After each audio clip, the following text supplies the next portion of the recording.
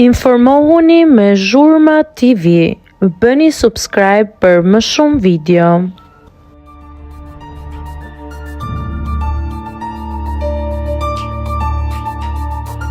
Moderatori i njohur në gjendje të rëndë shëndetësore, familja e tij bën apel.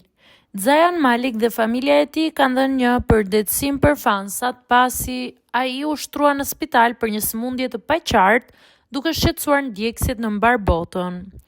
Gjithçka nisi më herët kur Zayan Malik anuloi disa paraqitje promovuese të planifikuara për albumin e tij të ri. Shqetësimet u shtuan edhe më shumë pasi ai publikoi një foto nga spitali në rrjetet sociale, pa dhënë detaje mbi gjendjen shëndetësore.